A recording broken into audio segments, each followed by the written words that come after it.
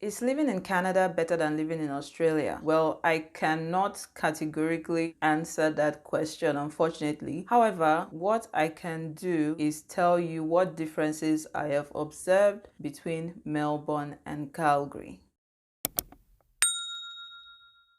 Hi Magis gang, my name is Majojiba Maji for short. If you're new here, you are welcome to my channel. If you're a returning subscriber, welcome back. It's always a pleasure to have you here with me. I hope everyone is having a good week so far and you are not letting anyone or anything dim your light. Nothing is that serious, okay? I just want to give a disclaimer. I am not saying anything in this video with the intent of making you skeptical of moving to Canada or Melbourne or Australia or Calgary, any of these, the country or the cities, okay? So this is basically my perspective on the whole situation, and I do not want any keyboard warrior, okay, in my comment section. This is my YouTube channel. Keyboard warriors, you need to remember, this is my YouTube channel. If I see any comments in the comment section that I sense to be negative, I'm going to block the user and I'm going to delete the comment, okay? I'm not going to keep your negative comment on my post because no one is dimming our light over here. Okay, so let's talk about all things traffic. Melbourne drives on the right side of the car, but in Calgary, we drive on the left side of the car. So this is an important thing to note if you are someone that is interested in exporting cars from a place like Calgary to countries that drive on the left side of the car as well. Or if you're planning to come to Canada from a country that also drives on the left side of the road, this would be a smooth transition for you. Initially, when I started driving in Australia, I occasionally found myself on the wrong side of the road until I figured it out. When your steering wheel is on the left side of the car, your lane on a two-way road is usually the lane on the right. But since in Australia the steering wheel is on the right side of the car, the lane for your car on a two-way road would be the lane on the left. In Calgary, so far, all the traffic lights I have seen are located at somewhat awkward locations for someone like me that used to drive in Melbourne. So in Melbourne, most traffic lights are located right in front of where you would need to stop, and also the traffic lights are before the intersections and also before the pedestrian crossing. Over here in Calgary, what I have noticed is most of the traffic lights I have seen, or if not even all of the traffic lights I have seen so far, are located ahead of where you would stop, and they are after the pedestrian crossing and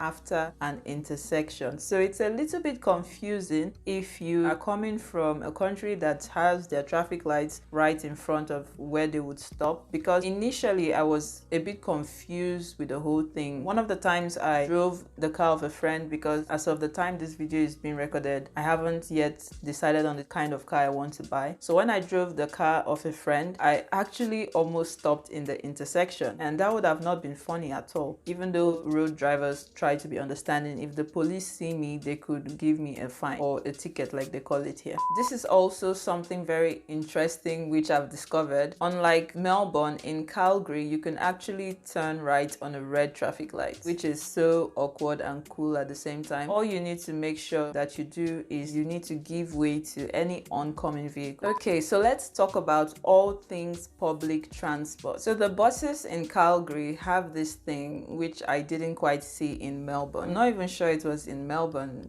Let me not even say I didn't quite see. I don't think it was there. But the buses in Calgary have this thing where you can wave your hand like this at the red door and the red door will open. What I'm about to say is confidential. If I hear it anywhere, I will find you. I will hunt you down. Anyway, I'm just kidding. So as the newcomer that I am, hey, during my first week here, I was on the bus, and when it got to the point where I needed to alight from the bus, I was just standing at the red door waiting for the door to open, because in Melbourne the bus driver would usually open the door when he sees someone standing there. Unknowing to me, I needed to wave my hand because I just assumed the door was going to be opened. I didn't bother to read. I was just standing and saying to the driver, hello, please, could you open the door? He didn't even answer me. The guy no send me at all. And then one lady just gets up and waves her hand at the door. And the door opens, so. And I was just there like,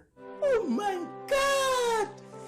Wow! Unlike Melbourne that has the My Key Card pass, over here in Calgary, the pass for public transport is actually just a paper, and it's this type of paper that looks like a complimentary card. And the first time I got the pass at the shop called London Drugs, I was just holding it like, is this the public transport pass? I was a little bit confused because it cost $109 thereabouts to get the pass for a month, and just a paper that could be ripped and thrown away. So it was a little bit puzzling to me, but I guess it's a system that works for them here. An alternative that is available for public transport pass is the Calgary Transit App. With the Calgary Transit App, download the app from the Google or the Apple Play Store, and you just buy your ticket in the app, and when you get on the bus, you just scan the barcode on the bus card reader, and that's it. It's a lot more convenient. All you need to do is make sure that your phone is always charged, else you'll be stranded. But the thing with the paper one is you can easily misplace it, or you could throw it in the laundry alongside your clothes like I did, and it comes out in shreds. Superannuation, no. Hey, superannuation.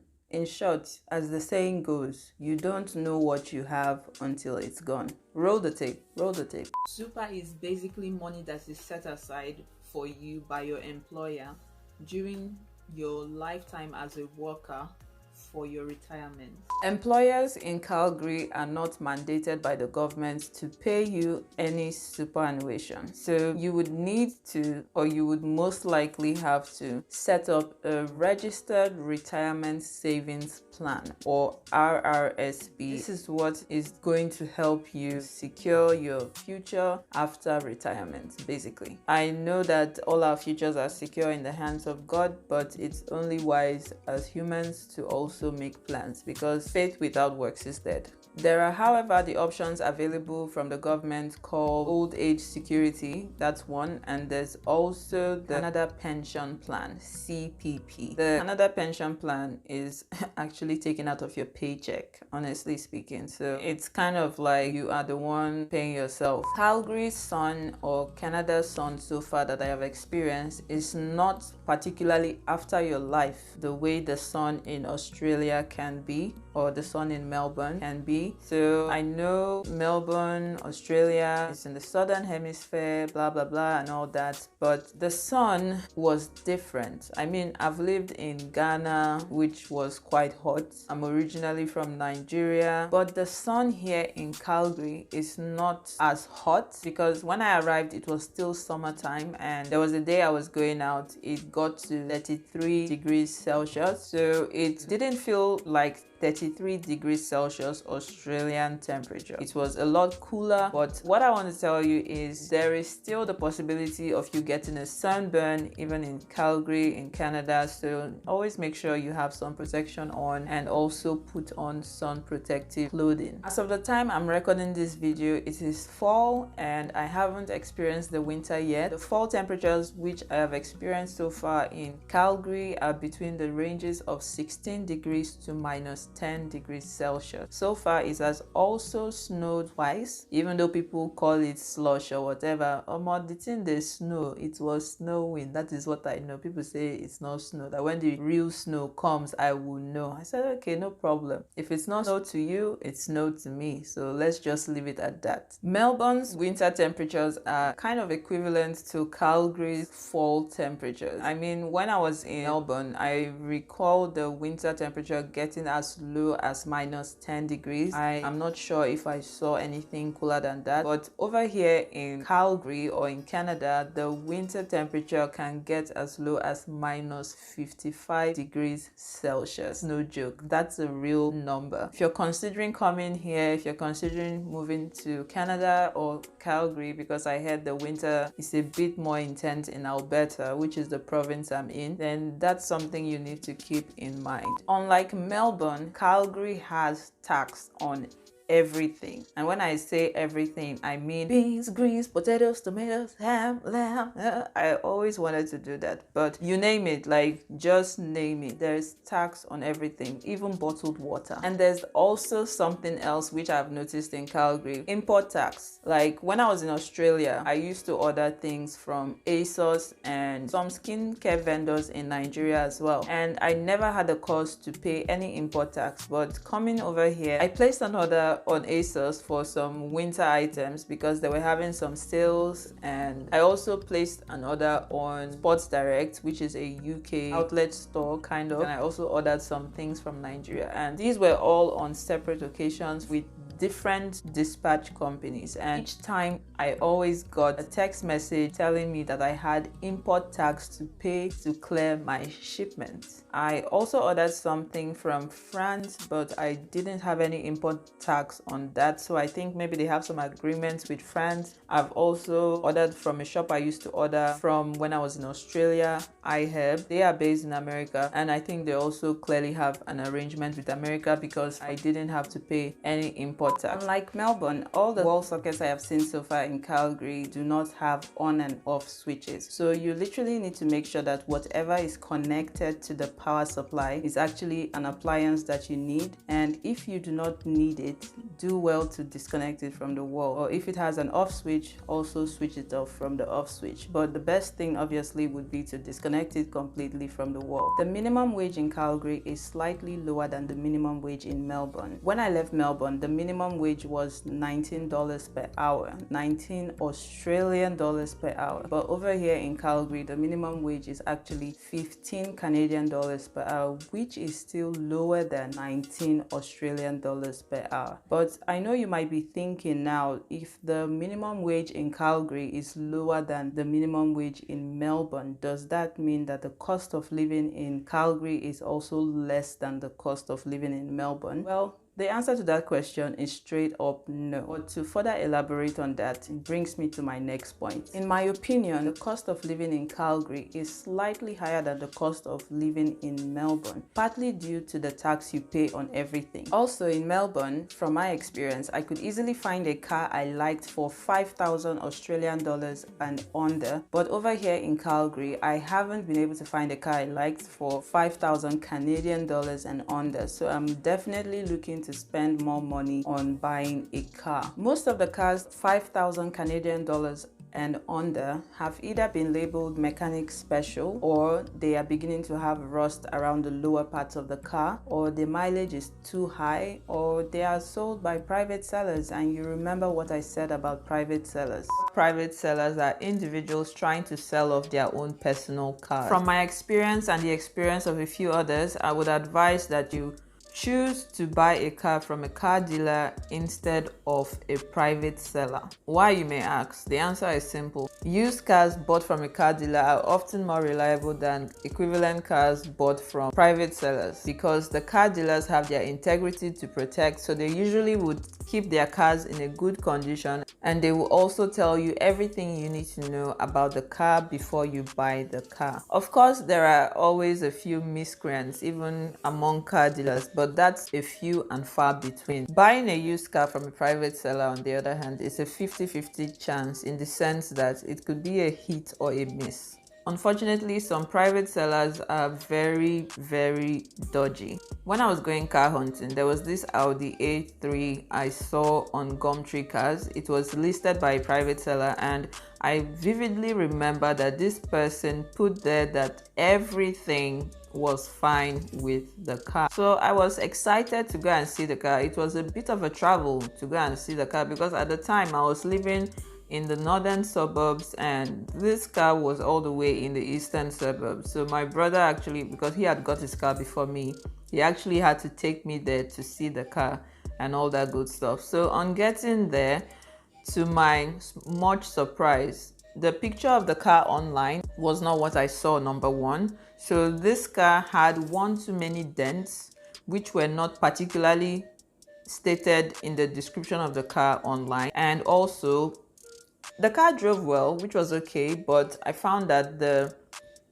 wipers didn't work, and also the radio was faulty. And these things were not stated online in the description of the car advertisement. So you see what I'm saying? Private sellers, some of them can be very, very dodgy. Some cars also have something called hail damage. It kind of disfigures the car a bit, and these are the ones, to be honest, that are a lot cheaper. There's also something which is so mind-boggling to me: the price of car insurance in Calgary. The minimum I've got so far for a third-party car insurance is $230 per month, and the comprehensive insurance quote I have got as well is $337 per month. And if you're new to Canada, insurance premium is higher than someone that has been in Canada for a longer period of time. In Australia, there was nothing like this. My third-party insurance, as of the time I left Australia, was costing me about $54.45 per month, and my comprehensive insurance, as of the time I had comprehensive insurance in Australia, was roughly about $90 per month. So you can see that there is a huge difference between the prices of car insurance in these two countries. It's just something to keep in mind. The air in Canada, or the air in Calgary, I can't speak for the whole of Canada obviously, but the air in Calgary so far I have observed to be very drying to the skin, and also the water. I don't know, there's just something about the water. It's just a little bit drying to the skin. When I left Australia, it was still winter, and I'm not someone that is known to have dry skin. My skin was doing really well in Australia, and when I arrived in Canada at my Airbnb in Calgary, 2 days into my stay there, I discovered that I'm beginning to have flakes on my skin. The one that really got me was when I bent down to put on my shoe, and I was actually feeling like my back was cracking. That was how dry it felt. One of the things that, or two of the things rather, that got me at that point was, number one, I moisturize my skin so much, and number two, I have oily skin. I'm not a dry skin person, so I wasn't quite understanding what was the cause of all the dryness. I kind of gave it like a week to see if my skin would adjust, but it just kept getting drier and drier. So I had to change my daytime moisturizer from my long time loved Palmer's Shea Butter Moisturizing Lotion to the St. Ives Oatmeal and Shea Butter Lotion. And ever since then, even though I've had a few dry patches here and there, overall my skin is a lot better. So if you're coming to Canada and you are someone that originally has dry skin, let me just tell you, you have to prepare your mind for one of two things. It's either you get a good moisturizer to moisturize properly so that you do not look ashy, or settle for looking like a reptile all year round, especially in the winter, because you would definitely be flaky. From my research, the water quality in Melbourne is way better than the water quality in Calgary. The only time I ever thought twice about drinking the tap water in Melbourne was the times the state government announced that people shouldn't drink the water because of heavy rainfalls or something along those lines. So they advised us to actually boil the water before we drank. But overall in Melbourne, the water quality was so good. It literally had no taste in your mouth. But in Calgary here, I'm sorry to tell you that the water quality sometimes has a taste. I've actually drank it a couple of times. What I would tell you, or what I would advise you to do, is get a water filtering jug. The water is still drinkable, but I just do not like tasting water in my mouth. Like, there's just something about the taste of water, probably because of I've experienced the way the water can be in Melbourne, so I'm just able to pick up the taste so quickly. Okay fam, that's all for today. I hope you enjoyed watching this video. If you did, as always, remember to give me a thumbs up, and also share this video with anyone you think would benefit from anything I said in this video. I will see you in my next video, but till then, as always, stay blessed and remember, God loves you. Bye.